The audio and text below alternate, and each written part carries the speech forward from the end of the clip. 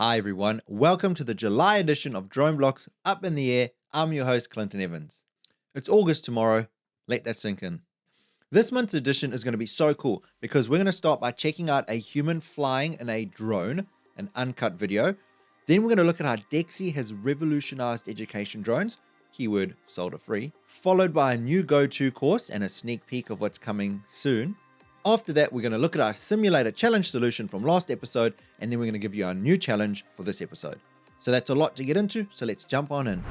Now, a few months ago, we touched on flying cars, which more aptly would be a drone big enough to fly a person from A to B.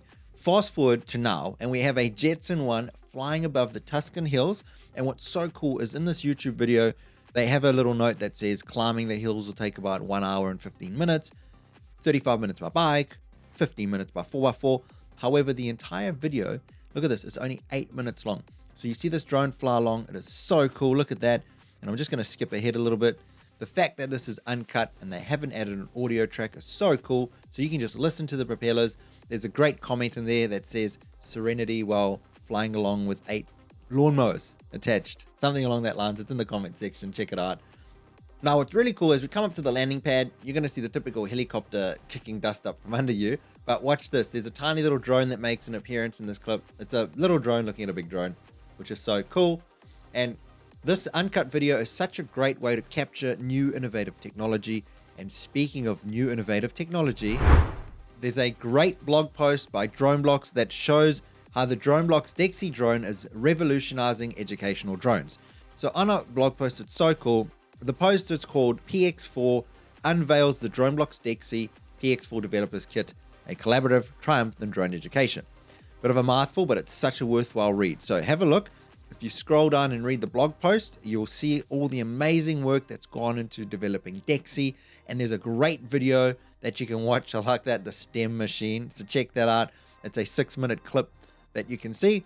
And what's really cool is looking at some of the key highlights. And what really jumps out at me is that this, I know it's number 5, but the solder-free design of the drone makes it so accessible to students. So you can give your students the kit, they can follow along with our curriculum, and they can build this drone. Talk about a great opportunity to get into actually building the drones, let alone programming them. That is so cool. So have a read of this blog post, and you'll see why DEXI is truly a game changer and what a great impact it's having on education.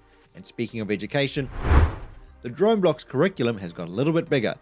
Let's look at a new course that's been released and a sneak peek of what's coming around the corner.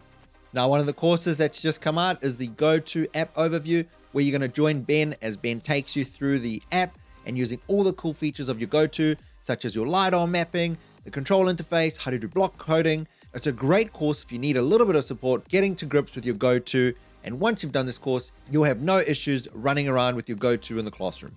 And that course is currently live, but I wanted to give you a sneak peek of a course that's just around the corner. Now, some of you may have already taken the Go2 application sensing and navigation simulation course, which is the course where Gabe takes you through the simulation of using a Go2 and doing teleoperations, mapping out an area with the LiDAR and creating a pathfinding algorithm, and using the pathfinding algorithm where you can tell the Go2 to navigate from point A to point B without knocking into things.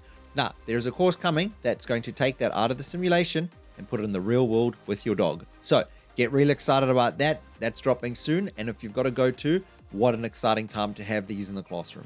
And speaking of classroom, how did you get on with the Crazy Fly Simulator Challenge in the classroom environment? Did you set up the desks and have a drone fly from one desk to the other using speed and fly forward by X seconds? So let's go check out my solution. So here I have some code on the screen. Now what I wanted to do is I wanted to use functions in a very clever way. So I set the speed and I had my fly forward block in a function, and then I used the shorthand 25_3 seconds. So I'd know it'd be 25 centimeters a second for 3 seconds for this function. And I did that for the 50, the 75, and then at the 100 seconds, I used it to fly forward 4 seconds. Now why I did this is so that I can right click on a block and I can just go and say disable, disable, disable. I can then say launch simulation, and then I can see if 25 centimeters a second at 3 seconds will be enough. And clearly not enough.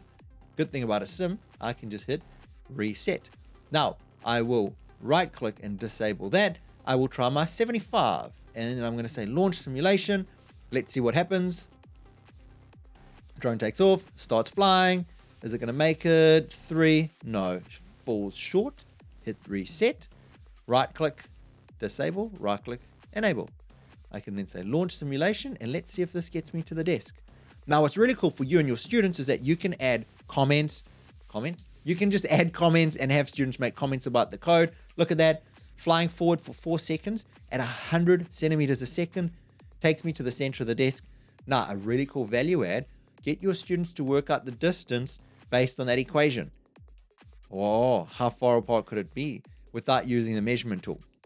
So I'll leave you with that because this takes us to the end of this episode. Now, if you learned anything new or saw anything you enjoyed, don't forget to like this video and subscribe to our YouTube channel so you never miss an episode, because we've got some very exciting stuff happening very soon.